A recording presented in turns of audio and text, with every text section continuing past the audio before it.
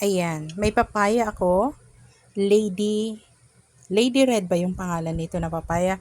Napakaganda niya ng color niyan sa personal. It's just that yung camera ko ay hindi siya maganda. Ayun yung angle, di ba?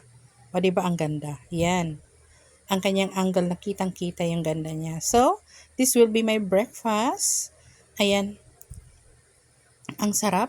I-pair ko siya sa aking black coffee.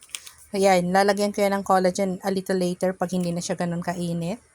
So, yan, kinain ko na yung papaya. Ang bilis, ano. Ito yung gusto kong food this morning. Why? Because I ate sopas, yung yellow rice namin. Kumain ako yesterday.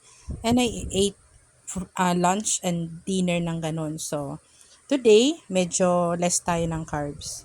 Yan ang aking food for today. Thanks!